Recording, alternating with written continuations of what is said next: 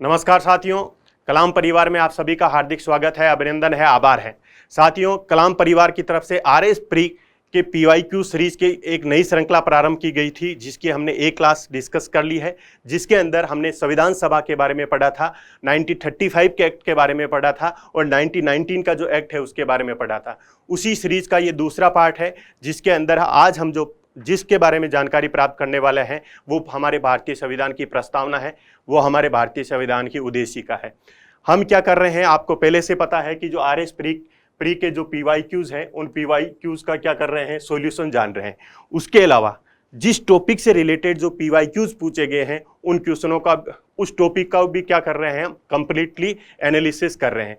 उसके बाद में जो यूपीएससी में जो क्वेश्चन पूछे गए हैं उनका भी हम क्या कर रहे हैं, सॉल्यूशन जानने का प्रयास कर रहे हैं। तो इसी श्रृंखला में हम आगे बढ़ते हैं। तो आज का जो अध्ययन का हमारा विषय वस्तु होगा वो है भारतीय संविधान की प्रस्तावना या उद्देशिका, अर्थात जो हमारे कॉन्स्टिट्यूशन की जो प्रियम्बल है, जो उद्देशिका है, जो प्रस्तावना है, हमारे संविधान का जो दर्शन है, हमारे संविधान की जो आत्मा है, उसके बारे में आज हम साथियों अध्ययन करेंगे।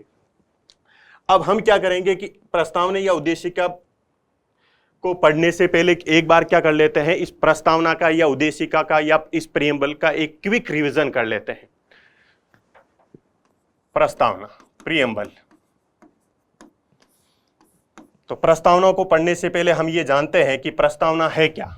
प्रस्तावना क्या है? प्रस्तावना क्या है? तो प्रस्तावना हमारे भारतीय संविधान का मूल तत्व है। हमारे भारतीय संविधान का क्या है, मूल तत्व है। प्रस्तावना है क्या है, भारतीय संविधान का दर्शन है। प्रस्तावना क्या है, भारतीय संविधान की आत्मा है। प्रस्तावना क्या है, भारतीय संविधान का परिचय पत्र है। प्रस्तावना क्या है, भारतीय संविधान की जन्म कुंडली है। भारतीय संविधान की क्या है साथियों, जन्म कुंडली है। एक एक को समझने का प्रयास करते हैं। पहले देखिए, मूल तत्व है या भारतीय संविधान का क्या है, मूलभूत ढांचा है। भारतीय संविधान का क्या है, मूलभूत ढांचा है। जिस प्रकार से कोई मकान होता है, उस मकान की जो नींव होती है और उस नींव पर वो पूरा मकान टिका हुआ होता है, उसी प्रकार से जो प्रस्तावना है, वो प्रस्तावना क्या है, इस संविधान रूपी जो मकान है, उस संविधान रूपी मकान की क्या है साथियों, नींव है, अर्थात मूलभूत ढांचा है। अगर इस नींव को हटा लिया जाए, इस प्रस्तावना को हटा लिया जाए, तो ये हमारा जो संविधान रूपी जो मकान है वो क्या हो सकता है, ढह सकता है। उसके बाद में है प्रस्तावना क्या है, हमारे संविधान का दर्शन है। दर्शन का तात्पर्य है कि किसी भी चीज का मूल तत्व क्या है। जिस प्रकार से हमारा जो शरीर है, इस शरीर का मूल तत्व क्या है, आत्मा है।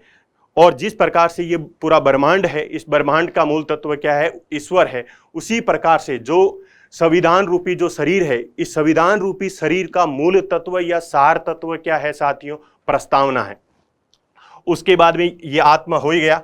ये हमारे प्रस्तावना क्या है, हमारे संविधान का परिचय पत्र है। प्रस्तावना क्या है, हमारे संविधान का परिचय पत्र है कि अगर किसी विदेशी व्यक्ति को या किसी व्यक्ति को जानना है कि भारत एक राजनीतिक इकाई के रूप में किस प्रकार का इंस्टीट्यूट है, तो उसके लिए क्या किया जा सकता है, उस व्यक्ति को केवल ये बताया जा सकता है कि भाई आप क्या कर लो, हमारे संविधान की प्रस्तावना को पढ़ लो। जैसे ही आप हमारे संविधान की प्रस्तावना को पढ़ोगे तो आपको ये समझ में आ जाएगा कि भारत का जो राजनीतिक शासन का जो स्वरूप किस प्रकार का है और भारत का जो राजनीतिक शासन की जो इकाई है, इस शासन इकाई का जो उद्देश्य क्या है, वो भी समझ में आ जाएगा।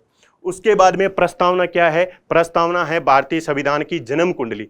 जिस प्रकार से किसी व्यक्ति की जन्म कुंडली देखने के बाद में उस व्यक्ति के पूरे जीवन वृत्तांत के बारे में हमें जानकारी प्राप्त हो जाती है, उसी प्रकार से अगर हम प्रस्तावना के बारे में जानकारी प्राप्त कर लेते हैं तो हमको भी क्या हो सकता है, इस संविधान रूपी जो रथ है, ये जो संविधान रूपी जो रथ है, इस संविधान रूपी रथ की यात्रा को हम समझ सकते हैं कि हमारा संविधान की यात्रा कहाँ तक जाएगी, उस यात्रा का स्वरूप किस प्रकार का होगा, उस यात्रा का उद्देश्य किस प्रकार का होगा।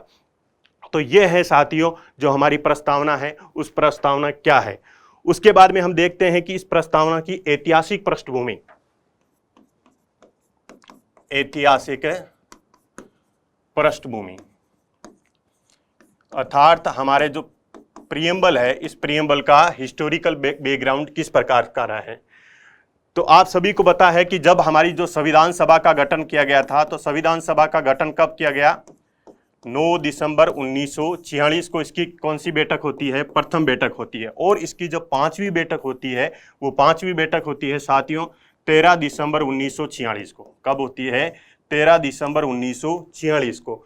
तो इसकी 5वीं बैठक में जवाहरलाल नेहरू द्वारा क्या रखा जाता है? उद्देश्य प्रस्ताव रखा जाता है। क्या रखा जाता है? उद्देश्य प्रस्ताव रखा जाता है। उद्देश्य प्रस्ताव रखा जाता है। इस उद्देश्य प्रस्ताव को 22 जनवरी 1947 को संविधान सभा द्वारा सर्वसहमति से स्वीकार कर लिया जाता है। क्योंकि मैंने आपको पहली क्लास में बताया है कि संविधान सभा द्वारा जितने भी निर्णय लिए जाते थे, वो निर्णय किस प्रकार से लिए जाते थे? सर्वसहमति के आधार पर लिए जाते थे। और यही उद्देश्य प्रस्ताव आगे चल के किसका स्वरूप ग्रहण कर लेता है? भारत की उद्देशिका का स्वरूप ग्रहण कर लेता है। इसी उद्देश्य प्रस्ताव के कारण इसको हम क्या बोलते हैं? उद्देशिका बोलते हैं। इसके अलावा हम ये भी देखने का प्रयास कर लेते हैं, क्या हमारी जो प्रस्तावना है किसी वैश्विक परिदृश्य से प्रभावित है क्या? अर्थात किसी अन्य देश के संविधान से प्रभावित है क्या? तो ध्यान रखें कि जो हमारी प्रस्तावना है, इस प्रस्तावना का जो विचार है, ये विचार तो लिया गया है साथियों यूएसए के कॉन्स्टिट्यूशन से, अर्थात संयुक्त राज्य अमेरिका से। जबकि इस प्रस्तावना की जो भाषा है, ये भाषा कहां से ली गई है साथियों? ऑस्ट्रेलिया के कॉन्स्टिट्यूशन से। तो ये अलग अलग फैक्ट है, आपको ध्यान में रखना है कि जो प्रस्तावना का जो विचार है वो यूएसए के कॉन्स्टिट्यूशन से लिया गया है। क्योंकि सर्वप्रथम विश्व के अंदर जो लिखित संविधान है, वो लिखित संविधान किनका है? यूएसए का है। लेकिन जो प्रस्तावना की जो भाषा है, वो भाषा कहां से ली गई है? ऑस्ट्रेलिया के कॉन्स्टिट्यूशन से ली गई है। तो ये इसमें फैक्ट में आपको क्या ध्यान में रखना है कि जो हमारी प्रस्तावना है, उस प्रस्तावना का स्वरूप कहां से आता है? उद्देश्य प्रस्ताव। उद्देश्य प्रस्ताव किनके द्वारा रखा जाता है? जवाहरलाल नेहरू के द्वारा रखा जाता है। उद्देश्य प्रस्ताव कब रखा जाता है? 13 दिसंबर 1946 को रखा जाता है। उद्देश्य प्रस्ताव को स्वीकार कब किया जाता है? संविधान सभा द्वारा 22 जनवरी 1947 को स्वीकार किया जाता है और सर्वसहमति से स्वीकार किया जाता है। और जो प्रस्तावना है उसका विचार कहां से लिया गया है? तो ये यूएसए के कॉन्स्टिट्यूशन से लिया गया है। जबकि जो प्रस्तावना है उसकी भाषा है वो कहां से ली गई है? वो ऑस्ट्रेलिया के कॉन्स्टिट्यूशन से ली गई है। अब साथियों, अब हम क्या करते हैं, जो हमारी प्रस्तावना है उस प्रस्तावना के तत्वों के बारे में जानकारी प्राप्त करते हैं।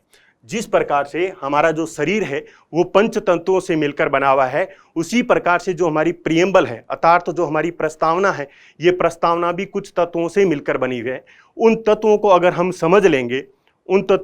समझ लेंगे तो जो प्रियम्बल है, अर्थात जो प्रस्तावना है, उस प्रस्तावना का कॉन्सेप्ट हम क्लियरली हमें क्या होगा दोस्तों? समझ में आ जाएगा। तो इसके तत्व क्या है? नंबर 1, प्रस्तावना ये हमें ये बताती है कि जो हमारा संविधान है, इस संविधान में शक्ति का स्रोत क्या है? शक्ति का स्रोत क्या है? नंबर 1 पे शक्ति का स्रोत क्या है। इसके अलावा ये बताती है कि हमारा जो संविधान है, उस संविधान की प्रकृति किस प्रकार की है। इसके अलावा जो हमारा जो शासन है, भारत का में जो शासन है, उस शासन का स्वरूप किस प्रकार का है? शासन का स्वरूप किस प्रकार का है। नंबर 3, कि जो हमारा जो संविधान है, उस संविधान का उद्देश्य क्या है, उस संविधान का ध्येय क्या है, इस संविधान का लक्ष्य क्या है, अर्थात इस संविधान की सहायता से हम किसकी प्राप्ति करना चाहते हैं, ये भी कौन बताता है? हमारी प्रस्तावना बताती है। नंबर 4, ये बताती है कि प्रस्तावना हमें ये बताती है कि हमारा संविधान कब स्वीकार किया गया, लागू नहीं, कब स्वीकार किया गया। तो हम क्या करते हैं कि जो हमारी प्रस्तावना है, इस प्रस्तावना के एक एक तत्वों को अच्छी तरह से समझने का प्रयास करते हैं। हालांकि ध्यान रखें, क्विक रिवीजन चल रहा है, इसीलिए थोड़ा साथियों तेजी से पढ़ाऊंगा आपको। नंबर एक ये कि हमारा जो संविधान है, इस संविधान में शक्ति का स्रोत क्या है? अर्थात इस जो हमारा संविधान है, ये संविधान बनाया किसने? तो जो हमारी प्रस्तावना है, उस प्रस्तावना की पहली लाइन में लिखा है कि हम भारत के लोग, we the people of India, हम भारत के लोग, अर्थात जो हमारा संविधान है वो संविधान किसने बनाया? भारत के लोगों ने बनाया। संविधान किसने बनाया है? भारत के लोगों ने बनाया, भारत के लोगों ने बनाया। अर्थात इसका तात्पर्य क्या हुआ कि भारत का संविधान किन्हीं राजा महाराजाओं ने नहीं बनाया, भारत का संविधान किन्हीं पूंजीपतियों ने नहीं बनाया, भारत का संविधान ब्रिटिश सरकार ने नहीं बनाया है, या भारत का संविधान किसी विदेशी सत्ता ने नहीं बनाया है, अपितु जो भारत का संविधान है वो भारत का संविधान भारतीय लोगों द्वारा तैयार किया गया, with the people of India के द्वारा तैयार किया गया। तो जो हमारी प्रस्तावना है, उस प्रस्तावना का जो पहला तत्व हमें यह बताता है कि संविधान का निर्माण किसके द्वारा किया गया, अर्थात हम सभी भारतीय लोगों के द्वारा किया गया। और वर्तमान समय में भी हम क्या कर रहे हैं? इस संविधान का निर्माण कर रहे हैं, क्योंकि हम अपने जनप्रतिनिधियों को कहां पे भेज रहे हैं दोस्तों? संसद में भेज रहे हैं, और वो वहां पे जाकर क्या करते हैं? इस संविधान में संशोधन करते हैं। तो भारत की जनता ने जनप्रतिनिधियों को क्या की? अपनी विल ट्रांसफर की, और वो विल ट्रांसफर करने के बाद में वो जनप्रतिनिधि संसद में जाकर वहां पे कानून बनाते हैं। इसीलिए हम ये बोल सकते हैं कि जो भारत का जो संविधान बना वो किनके द्वारा बनाया गया? भारत के लोगों के द्वारा बनाया गया। और वर्तमान समय में भी अगर भारत के संविधान में किसी भी प्रकार का चेंजेस किया जा रहा है तो वो किनके द्वारा चेंजेस किया जा रहा है? भारत के लोगों के द्वारा चेंज किया जा रहा है। तो नंबर 1 पे ही आपको ये ध्यान में रखना है। नंबर 2 कि जो भारत का जो संविधान है, उस संविधान का स्वरूप किस प्रकार का होगा? भारतीय संविधान की प्रकृति किस प्रकार की होगी? प्रकृति किस प्रकार की होगी, या जो हमारा शासन का स्वरूप किस प्रकार का होगा? किस प्रकार का होगा? देखो, जैसे हम बोलते हैं कि अगर कोई व्यक्ति है तो उस व्यक्ति की प्रकृति कैसी है, हम क्या कि वो व्यक्ति क्या है? धैर्यवान है या गुस्सेलू प्रकृति का है? तो हम जिस प्रकार से व्यक्ति की प्रकृति की बात करते हैं, उसी प्रकार हम क्या जानकारी प्राप्त करने का प्रयास कर रहे हैं कि जो भारत का संविधान है, उस भारत के संविधान की प्रकृति किस प्रकार की है। तो भारत के संविधान की प्रकृति में 5 तत्वों का ध्यान रखना है। भारत की संविधान की जो प्रकृति है, उस प्रकृति में 5 चीज़ों का ध्यान रखना है। अर्थात जो हमारे भारत का जो संविधान है, उस संविधान का जो स्वरूप है, वो स्वरूप कितने चीज़ों से मिलकर बना हुआ है? 5 चीज़ों से मिलकर बना हुआ है। नंबर 1, भारत किस प्रकार का राष्ट्र है साथियों? एक संप्रभु राष्ट्र है।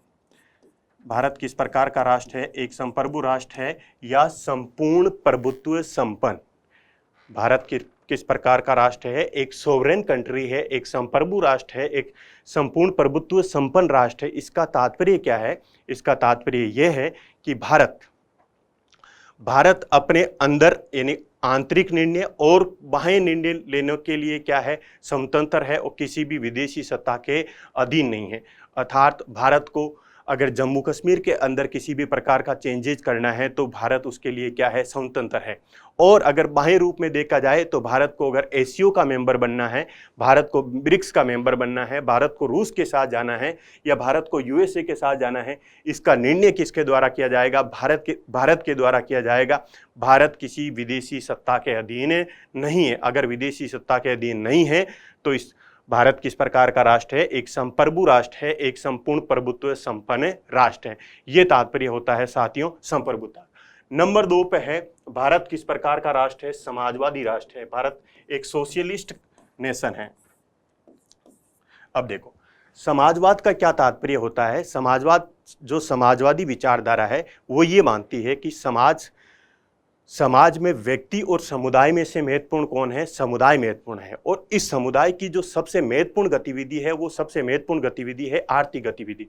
तो समाज के अंदर जो आर्थिक संसाधन है, उस आर्थिक संसाधनों पर स्वामित्व और नियंत्रण इस प्रकार का होना चाहिए ताकि उन संसाधनों की सहायता से हम क्या कर सके? सामुदायिक भलाई को सुनिश्चित कर सके। और इसी प्रकार के जो समाजवादी प्रावधान है हमारे संविधान के आर्टिकल 39B और 39C के अंदर उल्लेखित किए गए। तो समाजवाद, अगर भारत के समाजवाद के स्वरूप की बात की जाए तो भारत का जो समाजवादी स्वरूप है वो है लोकतांत्रिक समाजवाद, जिसका उद्देश्य है कि भारत में से हमें क्या करना है? बीमारी को खत्म करना है, भारत में से गरीबी को खत्म करना है, भारत में से लोगों के जीवन में जो बाधाएं हैं उन बाधाओं को क्या करना है, खत्म करना है। अर्थात नेहरू जी ने इसके बारे में कहा था कि हमें क्या करना है, प्रत्येक भारतीय लोगों की आंखों में से जो एक एक आंसू हैं उसको पूछना है। ऐसा क्या है, भारत का समाजवाद है। तो भारत का जो समाजवाद है वो लोकतांत्रिक समाजवाद है। नंबर 3, भारत कैसा राष्ट्र होगा दोस्तों? भारत होगा पंथ निरपेक्ष राष्ट्र। पंथ निरपेक्ष राष्ट्र होगा। तो पंथ निरपेक्ष इस शब्द का क्या तात्पर्य है? पंथ निरपेक्षता का तात्पर्य है कि भारत का कोई धर्म नहीं होगा। अर्थात भारत में जो पीएम, सीएम, डीएम इनका कोई धर्म नहीं होगा, अपितु इनका कोई धर्म नहीं होगा। और इसके साथ में ये क्या नहीं करेंगे, किसी भी धर्म में किसी भी प्रकार का हस्तक्षेप नहीं करेंगे, और ना ही किसी भी धर्म को हतोत्साहित करने का प्रयास करेंगे, और ना ही किसी भी धर्म को प्रोत्साहित करने का प्रयास करेंगे। अर्थात भारत धर्म की दृष्टि से क्या रहेगा? तटस्थ रहेगा, क्योंकि जो धर्म का विचार है वो व्यक्ति का विचार है, ना कि राष्ट्र का विचार है। ऐसा कॉन्सेप्ट है पंथ निरपेक्षता। तो पंथ निरपेक्षता का सिंपल तात्पर्य है कि भारत का कोई धर्म नहीं है, पीएम, सीएम, डीएम इनका कोई धर्म नहीं है, और ये ना तो किसी धर्म को विशेष रूप से प्रोत्साहन करने का प्रयास करेंगे, और ना ही किसी धर्म को विशेष रूप से हतोत्साहित करने का प्रयास करेंगे। ये कॉन्सेप्ट है साथियों पंथ निरपेक्षता का। उसके बाद में नंबर 4 पर जो शासन का स्वरूप है वो है लोकतंत्र। लोकतंत्र अर्थात डेमोक्रेसी। डेमोक्रेसी में जो डेमो शब्द होता है उसका तात्पर्य होता है लोग, और क्रेसी शब्द का तात्पर्य होता है तंत्र, अर्थात लोगों का तंत्र। लोकतंत्र का तात्पर्य होता है लोगों का तंत्र। तो ये जो भारत आपको दिखाई दे रहा है, इस भारत के अंदर जिस प्रकार का जो शासन स्वरूप है, ये शासन का स्वरूप किन्होंने बनाया साथियों? हम भारत के लोगों ने बनाया। और इनका संचालन किसके द्वारा किया जा रहा है? भारतीय लोगों के द्वारा किया जा रहा है। और इनका संचालन किस लिए किया जा रहा है? भारतीय लोगों के लिए किया जा रहा है। अर्थात जनता के द्वारा, जनता के लिए जो शासन होता है उसको हम क्या बोलते हैं? लोकतंत्र बोलते हैं। और भारत में जो लोकतंत्र का जो स्वरूप अपनाया गया है वो है जनप्रतिनिधित्व लोकतंत्र। उसके बाद में नंबर 5 पे अगर बात करें तो ये है साथियों गणराज्य, अर्थात रिपब्लिक। इंडिया एक रिपब्लिक नेशन है। रिपब्लिक का तात्पर्य होता है कि उसका जो राष्ट्र अध्यक्ष है, अगर किसी भी कंट्री का जो राष्ट्रीय अध्यक्ष है वो क्या हो? निर्वाचित हो, और राष्ट्रीय अध्यक्ष बनने के लिए जो अवसर है वो सभी के लिए क्या हो? एक समान रूप से उपलब्ध हो। अर्थात एसी, एसटी, ओबीसी किसी भी वर्ग का व्यक्ति क्या बन सकता है साथियों? राष्ट्र का अध्यक्ष बन सकता है। जैसे द्रौपदी मुर्मू की बात की जाए तो वो क्या है, किस वर्ग से है दोस्तों? एसटी वर्ग से है, फिर भी हम भारत की क्या बन गई है साथियों? राष्ट्रीय अध्यक्ष बन गई है। तो ये क्या है? गणराज्य का तात्पर्य होता है। इसके अलावा जो पब्लिक सेक्टर के जो पद होते हैं, अर्थात जो सार्वजनिक क्षेत्र के पद होते हैं वो सभी के लिए क्या हो? खुले हो, तो उसको हम बोलते हैं गणराज्य। तो हमने क्विक जल्दी से इनका मीनिंग जानने का प्रयास किया, लेकिन प्री एग्जाम में क्या पूछा जाता है? प्री एग्जाम में आरएस के अंदर इनका मीनिंग आपसे नहीं पूछा जाएगा। आपको पूछा जाएगा कि ये सीक्वेंस, क्या पूछा जाएगा? ये सीक्वेंस की नंबर 1 पे क्या है? संप्रभु राष्ट्र है। नंबर 2 पे क्या है? समाजवादी। नंबर 3 पे क्या है? पंथ निरपेक्ष। नंबर 4 पे क्या है? लोकतंत्र। और नंबर 5 पे क्या है? गणराज्य। इनमें से आपको एक चीज ये भी ध्यान रखनी है कि जो हमारा मूलभूत संविधान था, उस मूलभूत संविधान के अंदर समाजवादी और पंथ निरपेक्ष शब्द उल्लेखित नहीं था, अपितु इनको जोड़ा गया 42वें संविधान संशोधन 1976 के द्वारा। अर्थात जो 42 कॉन्स्टिट्यूशन अमेंडमेंट था उसकी सहायता से हमारी प्रस्तावना में 3 शब्द जोड़े गए थे। एक शब्द था समाजवादी, दूसरा पंथ निरपेक्ष, तीसरा कौन सा था साथियों? अखंडता। तो यहाँ पे अर्थात जब 26 नवंबर 1949 को हमारी प्रस्तावना को लागू किया गया, अर्थात हमारे संविधान को क्या किया गया? स्वीकार किया गया। उस समय हमारा शासन का स्वरूप के अंदर कितनी चीजों का उल्लेख था? केवल मात्र 3 का उल्लेख था, संप्रभु राष्ट्र, लोकतंत्र और गणराज्य। और 42वें संविधान संशोधन 1976 के द्वारा कौन से शब्द जोड़े गए? 2 शब्द जोड़े गए, समाजवादी और पंथ निरपेक्ष। तो ये तो हमने जाना कि हमारा जो शासन है उस शासन का स्वरूप किस प्रकार का है, अर्थात हमारा जो संविधान है उस संविधान की प्रकृति किस प्रकार की है।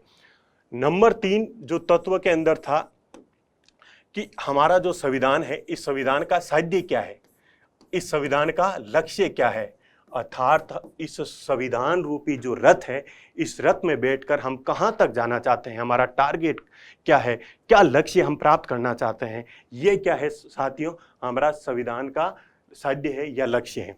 तो इसमें कौन कौन से साध्य हैं? नंबर एक पे है न्याय, नंबर 1 पे न्याय है, नंबर 2 पे साथियों क्या है? स्वतंत्रता है, नंबर 3 पे क्या है साथियों? समानता है, और नंबर 4 पे क्या है? हमारे समाज में क्या चाहिए? बंधुत्व की भावना चाहिए, यानी फ्रेटर्निटी चाहिए। अब देखो एक एक को समझ लेते हैं, इनका मीनिंग जान लेते हैं। न्याय क्या है? न्याय है साथियों, न्याय कहाँ होना चाहिए? न्याय होना चाहिए समाज में। क्यों होना चाहिए? क्योंकि न्याय समाज का क्या है? प्रथम सद्गुण है। और न्याय का तात्पर्य होता है कि समाज में क्या होना चाहिए? समन्वय और सामंजस्य होना चाहिए, क्योंकि अगर किसी भी समाज में न्याय नहीं होगा तो वो सोसाइटी लंबे समय तक साथियों टिक नहीं पाएगी। इसीलिए सोसाइटी के अंदर क्या होना चाहिए? जस्टिस होना चाहिए। और जस्टिस होना चाहिए, और कौन कौन से न्याय होने चाहिए, इसके लिए हम हमारे जो संविधान निर्माताओं ने या हम भारत के लोगों ने संविधान में कौन कौन से न्याय की अपेक्षा की? तो 3 प्रकार के न्याय की अपेक्षा की। एक है सोशल जस्टिस अर्थात सामाजिक न्याय, नंबर 2 पे है इकोनॉमिक जस्टिस अर्थात आर्थिक न्याय, नंबर 3 की बात की जाए तो क्या होना चाहिए? राजनीतिक न्याय। ध्यान में रखें कि सामाजिक न्याय को पहले रखा गया, क्योंकि आज़ादी से पहले का अगर भारत का स्वरूप की बात की जाए तो भारत का समाज क्या था साथियों? पद सोपानी व्यवस्था थी, अर्थात कुछ अगड़ी जातियां थी तो कुछ क्या थी? पिछड़ी जातियां थी, कुछ अगड़े वर्ग थे तो कुछ क्या थे? पिछड़े वर्ग थे। इसीलिए क्या संविधान निर्माताओं ने ये महसूस किया कि संविधान में सबसे पहले, हमारे संविधान में सबसे पहले कौन सा जस्टिस होना चाहिए? सोशल जस्टिस होना चाहिए, और उसके बाद में इकोनॉमिक जस्टिस होना चाहिए, और कौन सा जस्टिस होना चाहिए? राजनीतिक जस्टिस यानी पॉलिटिकल जस्टिस भी होना चाहिए। डॉक्टर भीमराव अंबेडकर ने जब संविधान सभा की जो डिबेट चल रही थी, उन्होंने ये भी बोला था कि अगर कोई भी संविधान है, अगर उस संविधान के अंदर केवल उस संविधान में अगर सामाजिक और आर्थिक न्याय की स्थापना नहीं की जाती है तो वहां पे राजनीतिक न्याय लंबे समय तक टिक नहीं पाता है। तो संविधान का वास्तव में उद्देश्य क्या होना चाहिए? सामाजिक एवं आर्थिक न्याय की स्थापना करना होना चाहिए।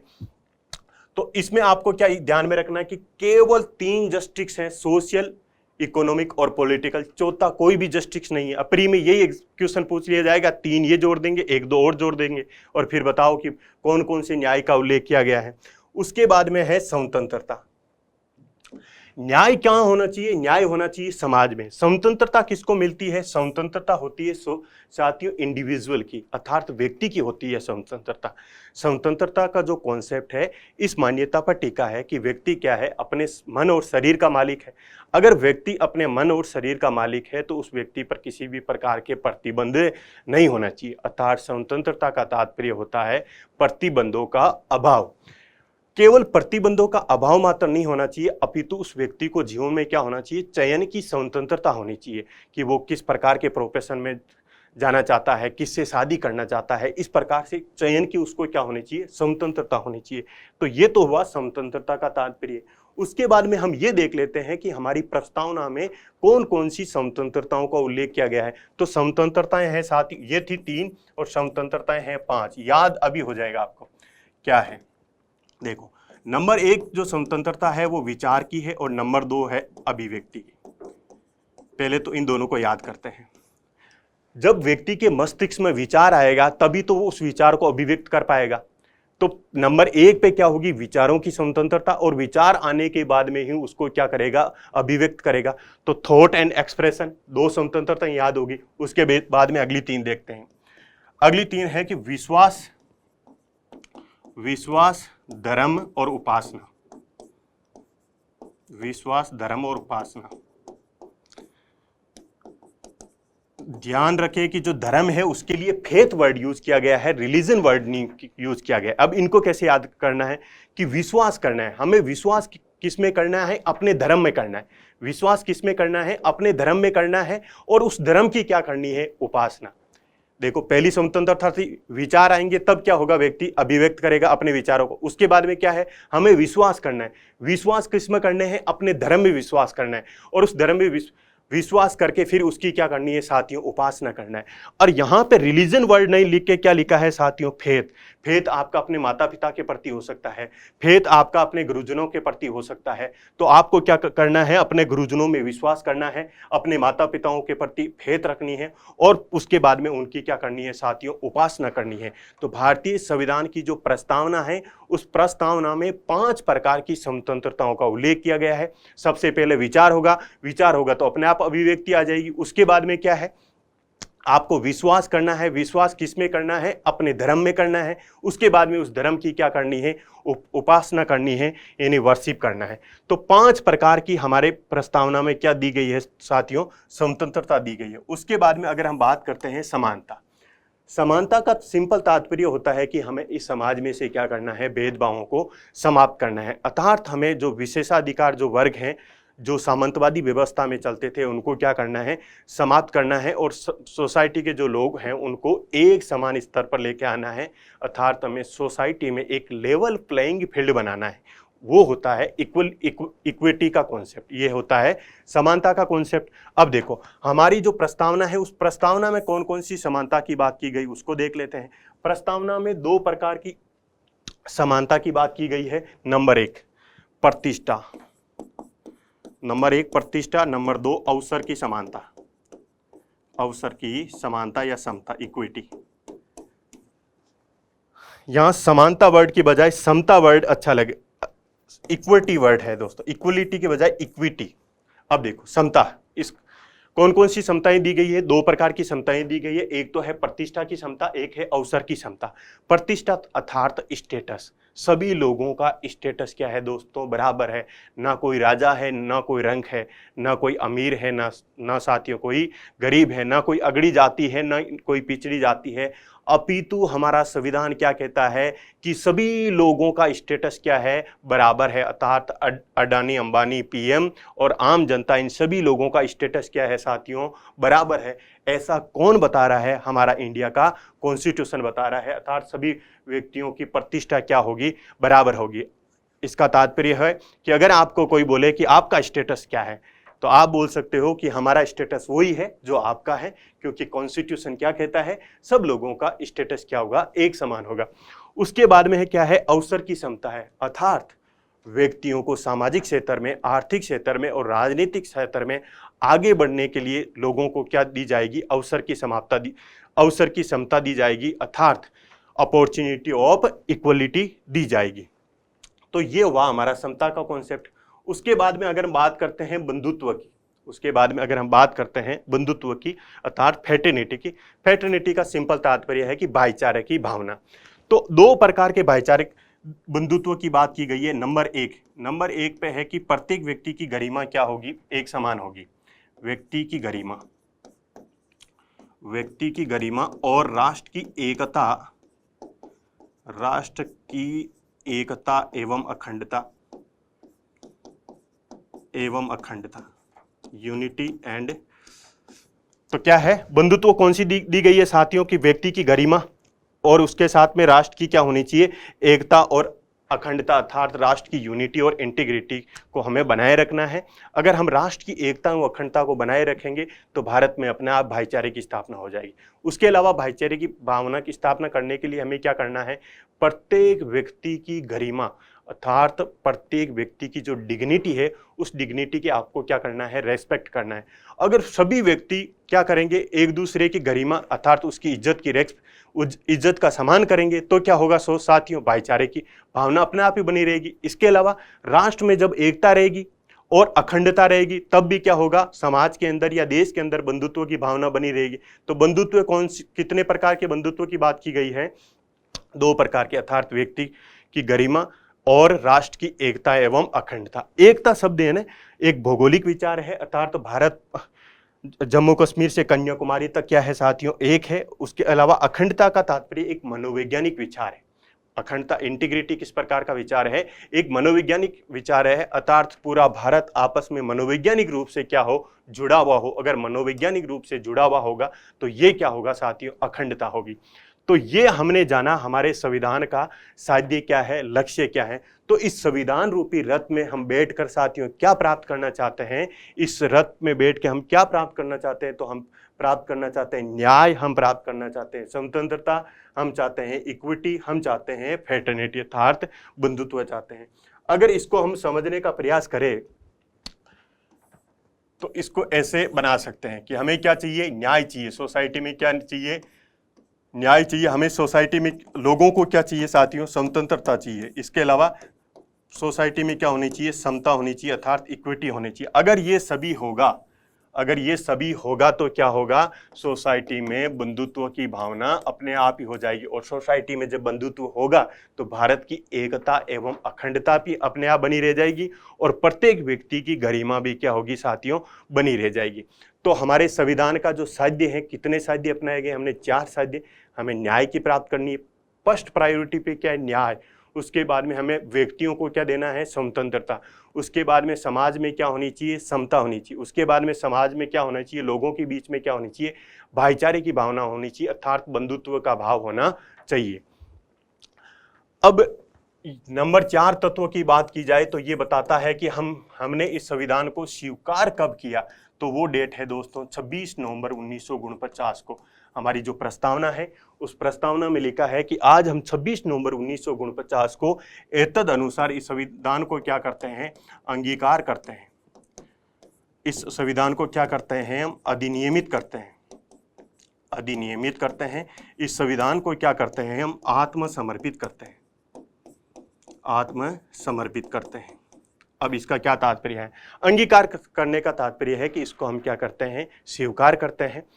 अधिनियमित का तात्पर्य होता है कि एक लंबे विचार विमर्श के बाद में अर्थात 9 दिसंबर 1946 से लेके 26 नवंबर 1949 तक एक लंबे विमर्श के बाद में हम इसको क्या कर रहे हैं, इस संविधान को अपना रहे हैं अर्थात इस संविधान को क्या कर रहे हैं, लागू कर रहे हैं। इसका तात्पर्य होता है अधिनियमित।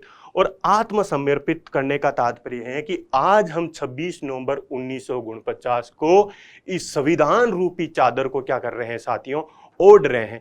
तो यह हुआ आत्मसमर्पित करने का तात्पर्य। अब देखो हमें क्या करना है, इस प्रियम्बल को याद करना है, इस प्रस्तावना को याद करना है। अगर आपको प्रस्तावना के मूल तत्व याद है तो प्रस्तावना अपने आप ही याद हो जाएगी। फिर से देखते हैं हमने क्या पढ़ा है। प्रस्तावना के मूल तत्वों में क्या है कि प्रस्तावना, संविधान में शक्ति का स्रोत क्या है, हमारे जो संविधान है उसका स्वरूप क्या है अर्थात हमारा जो शासन है उस शासन की प्रकृति किस प्रकार की है। नंबर 3 पे इस संविधान का उद्देश्य क्या है, इस संविधान का ध्येय क्या है। नंबर 4 का है कि इस संविधान को हमने कब स्वीकार किया गया। अब देखो प्रस्तावना कैसे याद करना है कि हम भारत के लोग और हम सभी भारत के लोग मिलकर बताओ इस संविधान को कैसा बनाएंगे। सबसे पहले क्या लिखा है कि हम भारत के लोग, उसके बाद में लिखा होगा कि हम सभी लोग मिलकर इस संविधान को किस प्रकार का बनाने का प्रयास करेंगे। तो किस प्रकार का बनाने का प्रयास करेंगे कि हम भारत के लोग भारत को मतलब इस इंडिया को हम किस प्रकार का कंट्री बनाएंगे। हम भारत को एक संपूर्ण प्रभुत्व संपन्न, समाजवादी, पंथ निरपेक्ष, लोकतांत्रिक गणराज्य बनाने के लिए, यहां तक हो गया। उसके बाद में है कि हम इसके नागरिकों को क्या देंगे। पहले तो है कि भारत को कैसे बनाएंगे, उसके बाद में इसके नागरिकों को क्या देंगे, इसके नागरिकों को देंगे हम न्याय। कौन कौन से न्याय देंगे, 3 न्याय, सामाजिक, आर्थिक, राजनीतिक न्याय। उसके बाद में इन नागरिकों को हम क्या देंगे, स्वतंत्रता। कौन सी स्वतंत्रताएं देंगे, 5 स्वतंत्रता देंगे। विचार है तो अभिव्यक्ति है। उसके बाद में विश्वास करना है, किसमें विश्वास करना है, धर्म में, और उसकी क्या करनी है, उपासना। उसके बाद में समाज में क्या होनी चाहिए, समता होनी चाहिए अर्थात नागरिकों को हम समता देंगे। किसकी समता देंगे, प्रतिष्ठा की अर्थात स्टेटस की, और अवसर की क्या देंगे, समता देंगे। उसके बाद में हमें क्या करना है, बंधुत्व की भावना बनाए रखनी है। तो बंधुत्व की भावना बनाए रखने के लिए हमें क्या करना है, व्यक्ति की गरिमा और राष्ट्र की एकता एवं अखंडता को बनाए रखने के लिए आज 26 नवंबर 1949 को एतद अनुसार इस संविधान को अंगीकार करते हैं, अधिनियमित करते हैं और आत्मसमर्पित करते हैं। तो ये है हमारी प्रस्तावना।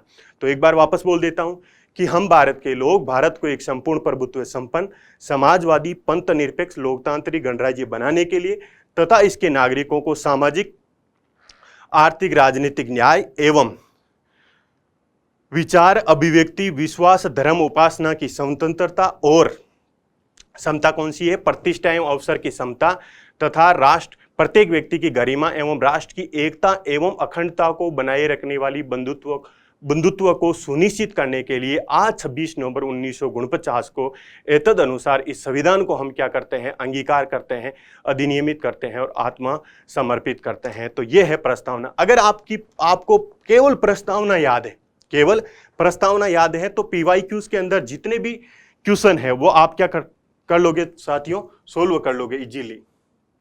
अब दो डिबेट, ये डिबेट आई साथियों संविधान को लागू करने के बाद में। ये दो डिबेट ये है कि क्या प्रस्तावना हमारे संविधान का भाग है या नहीं है।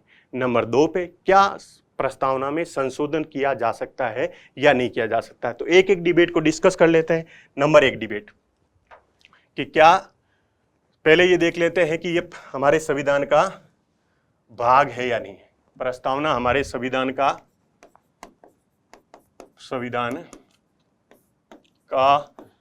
भाग है या नहीं है। अर्थात ये सभी जो प्रस्तावना है, ये प्रस्तावना हमारे कॉन्स्टिट्यूशन का पार्ट है या नहीं। तो आप सभी को पता है कि हमारे संविधान की व्याख्या करने का अधिकार किसको दिया गया है? संविधान की व्याख्या करने का अधिकार दिया गया है साथियों सर्वोच्च न्यायालय को। तो जब ये सवाल उठा, ये क्वेश्चन उठा कि क्या प्रस्तावना हमारे संविधान का भाग है या नहीं, तो ये मुद्दा कहाँ पे गया साथियों? सुप्रीम कोर्ट में गया। तो सुप्रीम कोर्ट ने समय समय पर अपने निर्णयों की सहायता से क्या जजमेंट दिए वो देख लेते हैं। पहला वाद आया साथियों बेरूबाड़ी वाद। बेरूबाड़ी वाद, ये वाद है 1960 का। अभी रिवीजन कर रहे हैं तो हम पूरे इसके कॉन्टेक्स्ट को नहीं देखेंगे, सीधा इसमें क्या कहा वो चीजें देख लेते हैं। तो बेरूबाड़ी वाद 1960 में सुप्रीम कोर्ट ने क्या कहा कि जो प्रस्तावना है वो प्रस्तावना हमारे संविधान का भाग नहीं है।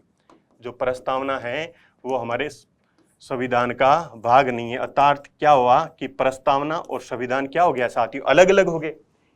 ये डायग्राम क्या दिखा रहे हैं कि प्रस्तावना अलग चीज है और संविधान क्या है? अलग चीज है। तो बेरूबाड़ी वाद, जो बेरूबाड़ी यूनियन वाद था 1960 का, उसमें सुप्रीम कोर्ट ने कहा जो प्रस्तावना है हमारे संविधान का भाग नहीं है, भाग नहीं है।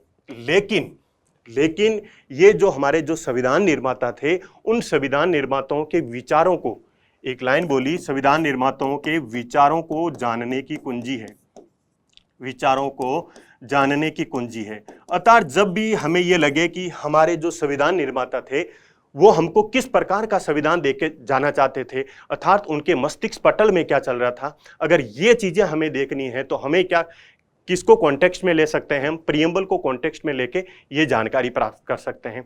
तो बेरूबाड़ी वाद की दो चीजें ध्यान में रखनी है कि इस वाद में सुप्रीम कोर्ट ने ये कहा कि जो प्रस्तावना है वो संविधान का भाग नहीं है, लेकिन हमारे जो संविधान निर्माता थे उन निर्माताओं के विचारों को जानने की कुंजी मात्र है।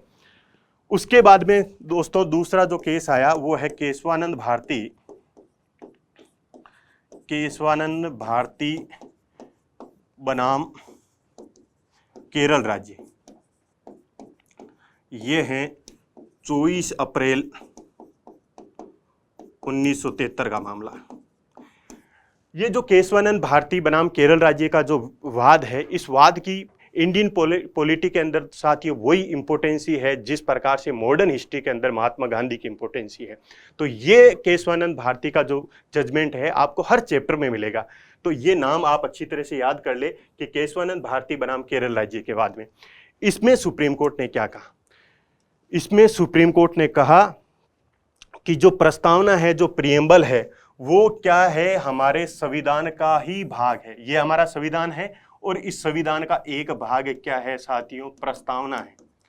अर्थात प्रस्तावना और हमारा संविधान अलग अलग नहीं है। यहां तक ही नहीं रुके सुप्रीम कोर्ट, अपितु सुप्रीम कोर्ट ने क्या कहा कि प्रस्तावना क्या है? हमारे संविधान का दिल है, हमारे संविधान की क्या है साथियों? आत्मा है।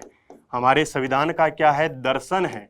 हमारे संविधान का क्या है? मूलभूत ढांचा है, मूलभूत ढांचा।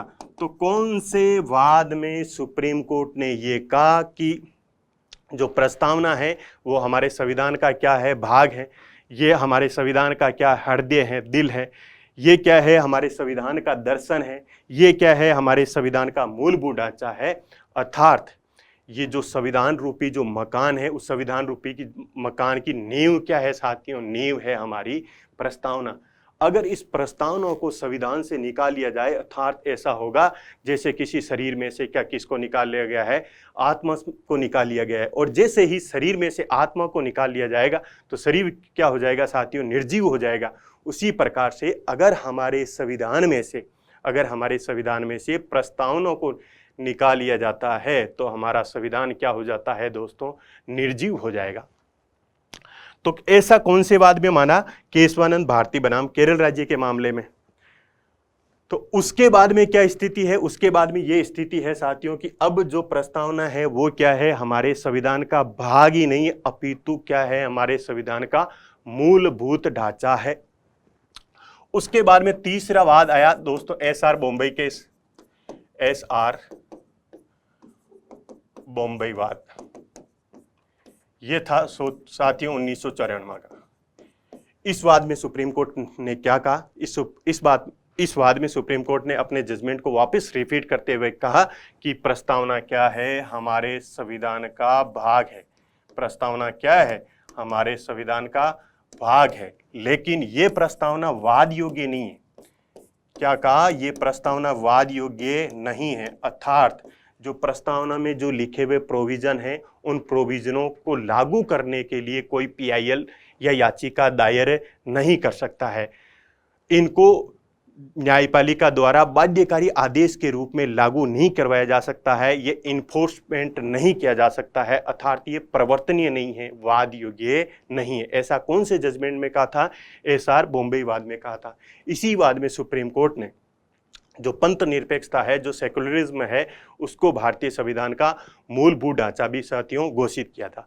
तो हमें अब क्या याद रखना है? अब हमें ये याद रखना है कि वर्तमान समय में क्या है स्वरूप चल रहा है कि जो प्रस्तावना है वो हमारे संविधान का भाग है, अभिन्न भाग है, अपितु हमारे संविधान का क्या है? मूलभूत ढांचा भी है।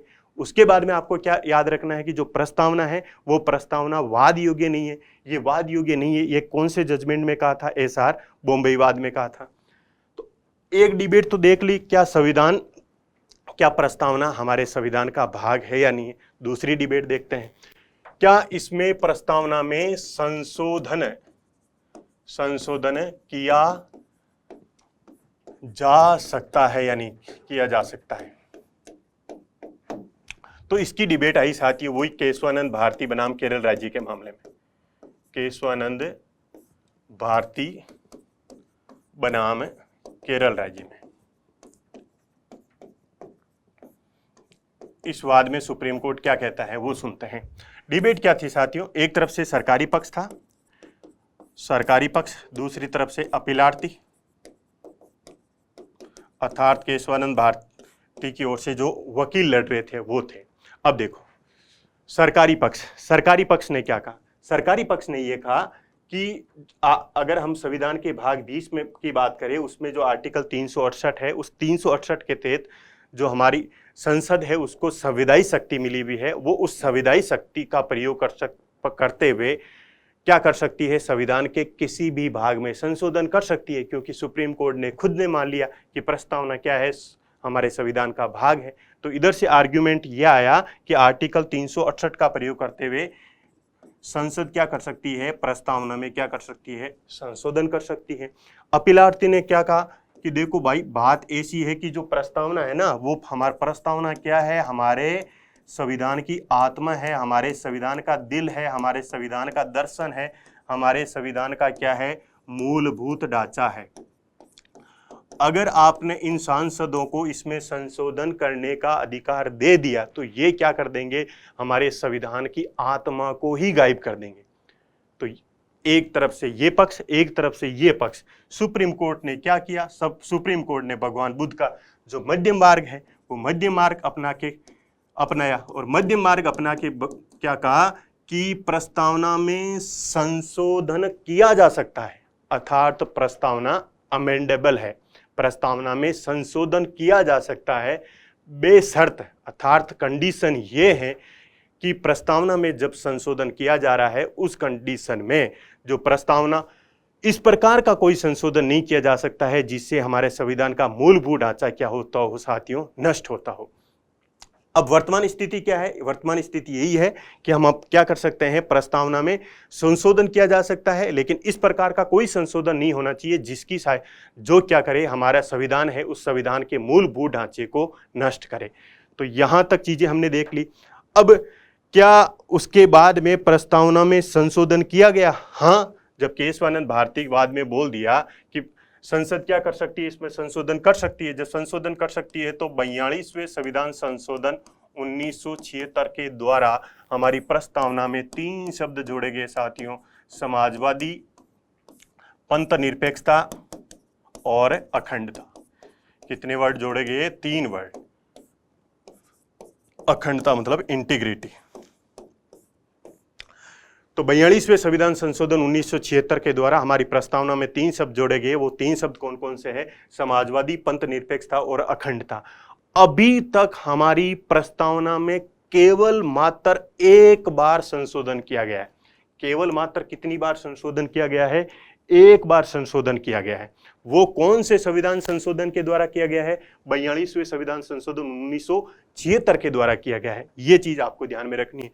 फिर क्या हुआ? जैसे ही 42वें संविधान संशोधन 1976 के द्वारा प्रस्तावना में संशोधन किया गया तो इसको क्या, इस संविधान संशोधन को क्या कर दी गई साथियों? न्यायालय में चुनौती दे दी गई। और न्यायालय में जो चुनौती दी गई उस वाद का नाम था मिनर्वा मिल्स बनाम भारत संघ। मिनर्वा मिल्स बनाम भारत संघ के मामले में इस वाद में जो संविधान संशोधन किया गया, इसको क्या माना साथियों? वैध माना। इसको क्या माना? औचित्यपूर्ण माना। इसको क्या माना? संवैधानिक माना। तो क्या डिबेट देखी हमने? 2 डिबेट देखी। नंबर 1, क्या प्रस्तावना संविधान का भाग है? हाँ, तो इसका कंक्लूजन क्या है कि प्रस्तावना हमारे संविधान का भाग है। उसके बाद में एसआर बॉम्बे में हमने ये देखा क्या ये वाद योग्य है या नहीं है, तो वाद योग्य नहीं है, अर्थात न्यायालय द्वारा इन्फोर्सेबल नहीं है। उसके बाद में हमने क्या देखा, क्या प्रस्तावना में संशोधन किया जा सकता है क्या? तो वर्तमान स्थिति क्या है कि प्रस्तावना में संशोधन किया जा सकता है। कंडीशन ये है कि हमारे संविधान का मूलभूत ढांचा क्या नहीं होना चाहिए, नष्ट नहीं होना चाहिए। उसके बाद में क्या प्रस्तावना में संशोधन किया गया क्या? हाँ, केवल एक बार किया गया। कौन से संविधान संशोधन के द्वारा किया गया?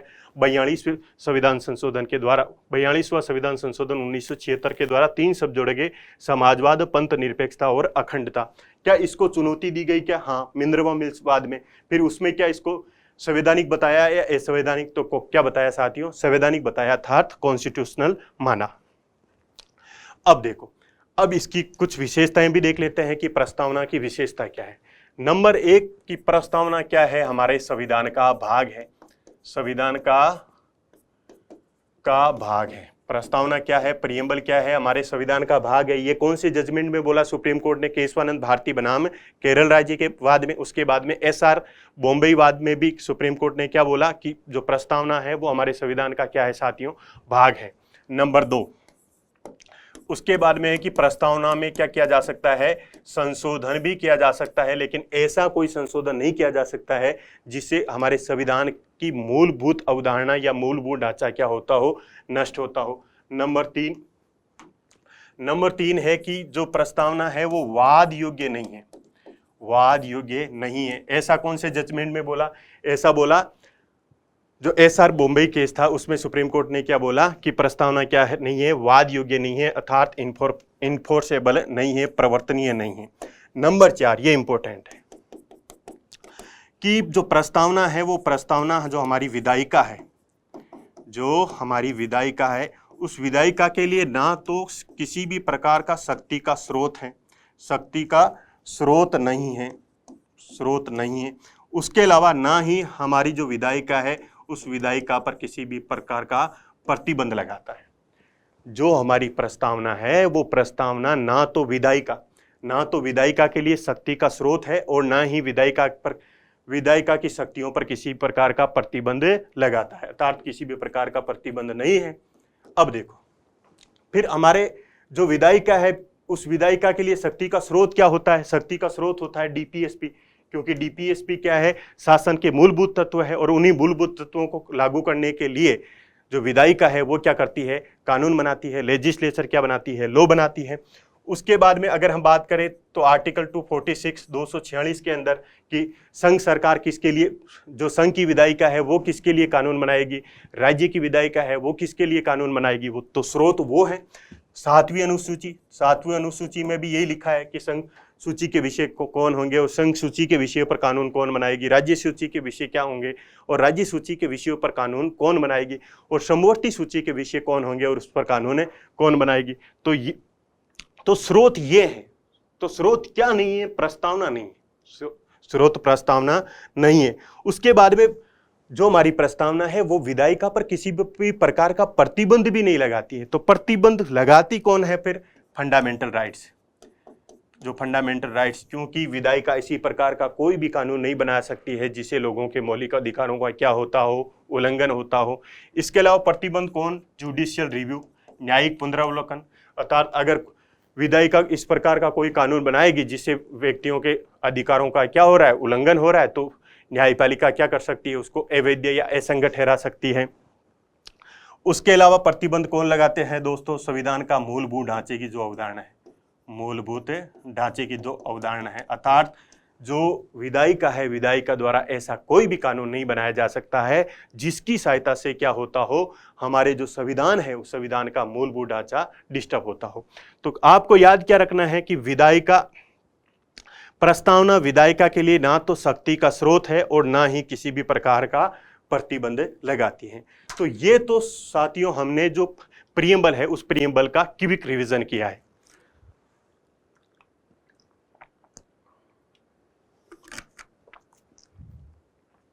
अब हम क्या करते हैं कि जो पीवाईक्यूज हैं उनको सोल्व करते हैं केवल इसी डिस्कशन के बेस पर, जिसके अंदर आपको यूपीएससी और आरपीएससी दोनों के अंदर जो क्वेश्चन पूछे गए हैं उनको हम क्या करेंगे साथियों, सोल्व करेंगे।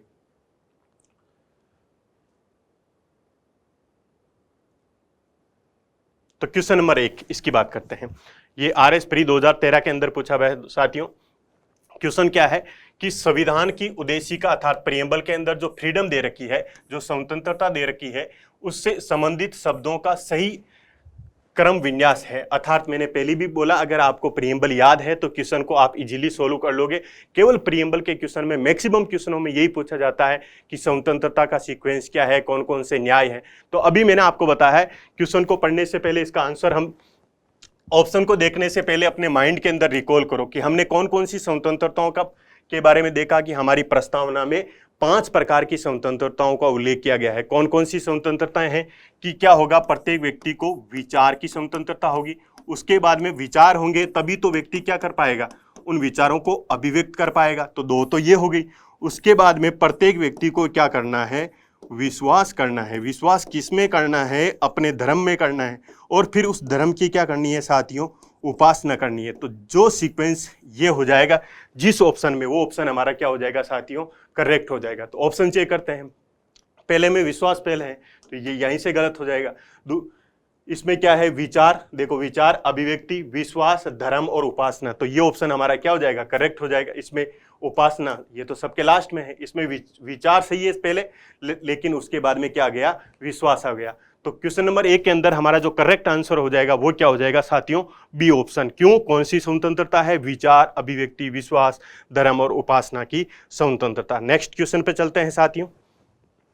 क्वेश्चन नंबर 2, ये यूपीएससी प्री 2021 में पूछा हुआ है कि 26 नवंबर 1950 को, अर्थात जिस दिन हमारे संविधान को लागू किया गया, स्वीकार कब किया गया, 26 नवंबर 1949 को, लेकिन लागू कब किया गया, लागू किया गया 26 जनवरी 1950 को। भारत की वास्तविक जो संवैधानिक स्थिति क्या थी, अर्थात क्वेश्चन में यह पूछा गया है कि 26 जनवरी 1950 को जो हमारा संविधान था उसका कॉन्स्टिट्यूशनल स्टेटस क्या था, अर्थात जो हमारी प्रियम्बल है उस प्रियम्बल में कौन कौन से शब्द उल्लेखित थे। तो आपको मैंने बताया अभी कि हमारी प्रस्तावना में केवल मात्र एक बार संशोधन किया गया। कौन से संविधान संशोधन के द्वारा किया गया, 42वें संविधान संशोधन 1976 के द्वारा। और इसकी सहायता से क्या जोड़ा गया, 3 शब्द जोड़े गए, समाजवादी शब्द जोड़ा गया, पंथ निरपेक्षता शब्द जोड़ा गया, और उसके बाद में क्या जोड़ा गया, अखंडता। अर्थात ये हुआ कि जब हमारा संविधान लागू किया गया था उस समय हमारे संविधान की प्रस्तावना में ये 3 शब्द नहीं लिखे हुए थे। तो जिस ऑप्शन में ये 3 शब्द है वो ऑप्शन क्या हो जाएगा, हमारा गलत हो जाएगा। तो इसके अंदर देखो समाजवादी, ये समाजवादी तो 1976 में जोड़ा गया था, ये पूछा है कि 1950 में। पंथ निरपेक्षता, पंथ निरपेक्षता कब जोड़ा गया, 1976 में, ये कब पूछा है, 1950 में।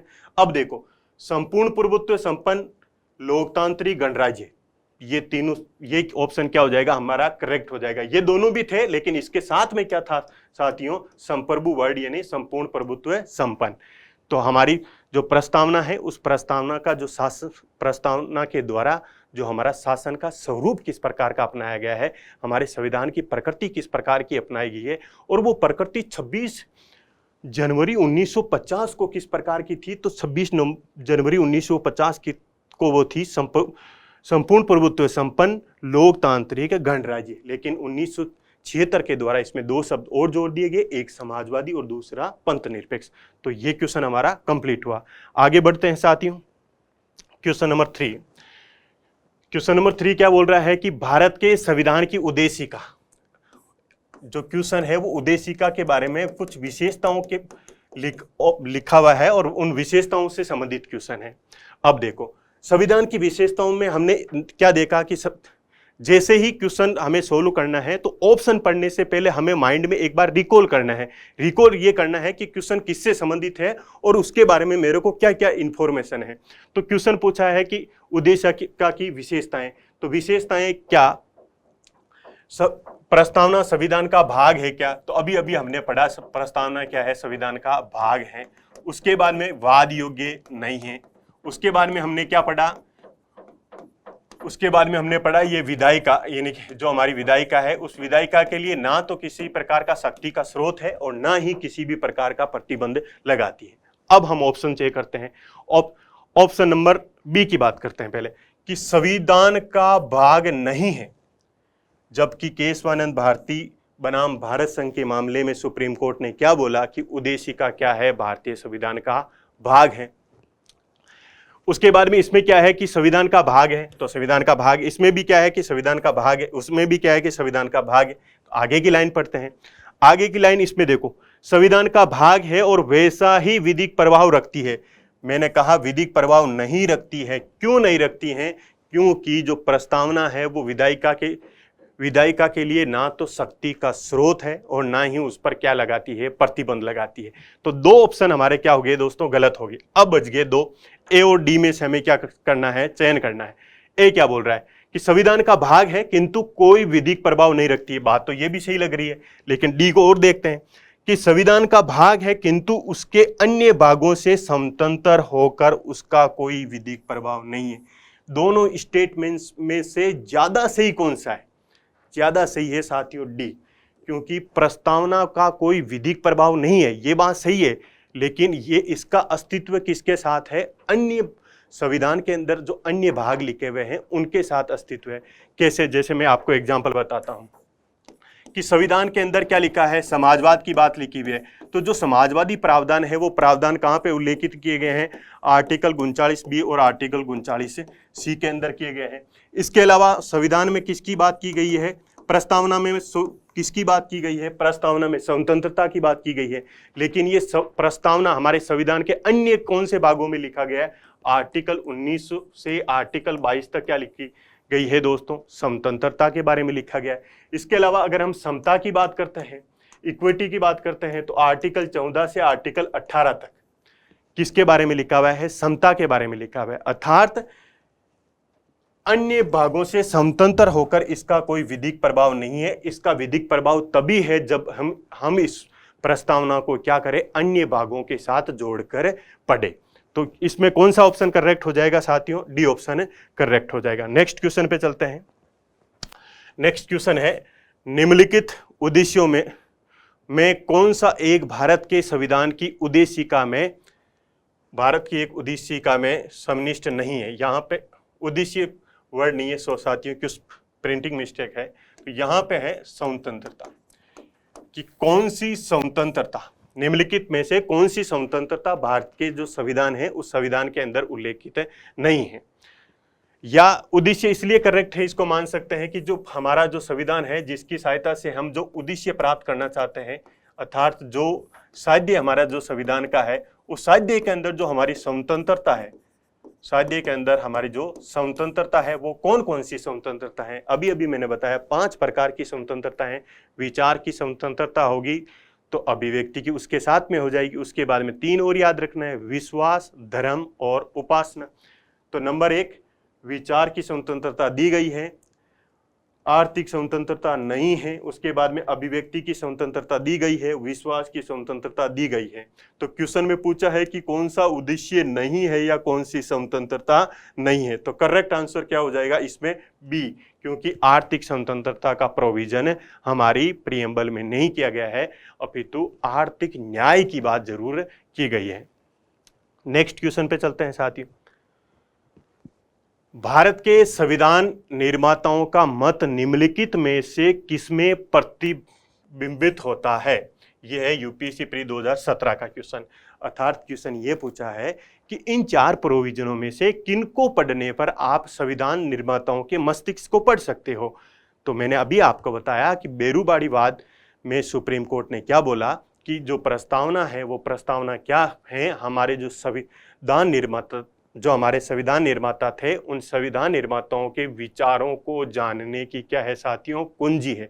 तो जिसमें उद्देश्य का ऑप्शन में होगा वो हमारा सही हो जाएगा। तो उद्देश्य का ये कौन से बाद में बोला गया था? बेरूबाड़ीवाद 1960 के अंदर सुप्रीम कोर्ट ने क्या बोला कि प्रस्तावना क्या है? हमारे संविधान निर्माताओं के विचारों को जानने की क्या है साथियों? कुंजी है। अगला क्वेश्चन देखो कि भारतीय संविधान की उद्देशिका के संदर्भ में निम्नलिखित कथनों पर विचार कीजिए। स्टेटमेंट दे रखे हैं, उन पे आपको विचार करना है। नंबर 1 क्या बोल रहा है कि उद्देशिका को संविधान का भाग नहीं माना जा सकता है। माना गया है, माना गया है। कौन से वाद में माना गया? केशवानंद भारती बनाम केरल राज्य के वाद में सुप्रीम कोर्ट ने क्या बोला कि प्रस्तावना क्या है? संविधान का भाग है। तो ए स्टेटमेंट क्या हो जाएगा? फिर गलत हो जाएगा। उसके बाद में उद्देशिका विधायिका की शक्तियों पर नियंत्रित करने का कार्य करती है। अभी मैंने विशेषताओं में आपको बताया कि प्रस्तावना ना तो हमारे विधायिका की शक्ति पर किसी भी प्रकार का प्रतिबंध लगाती है और प्रस्तावना ना ही विधायिका के लिए क्या है? शक्ति का स्रोत है। तो इसमें ये क्या बोल रहा है कि नियंत्रित करने का कार्य करती है, तो ऐसा नहीं है। तो ऑप्शन नंबर 2 भी क्या हो जाएगा? रॉन्ग हो जाएगा। 3 में क्या बोल रखा है साथियों कि उद्देशिका उद्देश्य प्रस्ताव पर आधारित है जिसे पंडित जवाहरलाल नेहरू द्वारा प्रस्तुत किया गया। मैंने अभी आपको बताया कि 13 दिसंबर 1946 को भारत के प्रथम प्रधानमंत्री जवाहरलाल नेहरू द्वारा क्या किया गया साथियों? उद्देश्य प्रस्ताव प्रस्तुत किया गया, जिसको 22 जनवरी 1947 में क्या कर लिया गया? स्वीकार कर लिया गया। तो ये ऑप्शन क्या हो जाएगा? हमारा करेक्ट हो जाएगा। लेकिन अब देखते हैं कि क्वेश्चन में पूछा क्या गया है कि उपयुक्त कथनों में से कौन सा सही नहीं है। क्वेश्चन में ये पूछा गया है सही नहीं है, तो सही कौन से नहीं है? 1 और 2। तो जिसके अंदर 1 और 2 है वो क्या हो जाएगा? हमारा आंसर हो जाएगा। तो बी क्या हो जाएगा साथियों? इसमें करेक्ट आंसर हो जाएगा। नेक्स्ट क्वेश्चन पे चलते हैं। उद्देशिका में वर्णित शब्दों का सही क्रम है। ये जो फर्स्ट ग्रेड का जो पॉलिटिकल साइंस का पेपर हुआ 2022 का, उसके अंदर पूछा गया है कि उद्देशिका के अंदर जो वर्णित शब्दों का सही क्रम क्या है। मैंने पहले ये भी अब आपको बताया कि उद्देशिका से संबंधित अधिकतर जो क्वेश्चन पूछे जा रहे हैं वो सीक्वेंस पूछे जा रहे हैं। अर्थात एक भारतीय नागरिक से ये आशा की जाती है कि वो क्या कम से कम भारत की उद्देशिका को तो याद रखे। अगर 395 आर्टिकल को याद नहीं कर सकता है तो कम से कम उसको क्या याद होना चाहिए? इंडिया के जो कॉन्स्टिट्यूशन है उस कॉन्स्टिट्यूशन की आपको क्या याद होनी चाहिए? प्रीएम्बल याद होना चाहिए।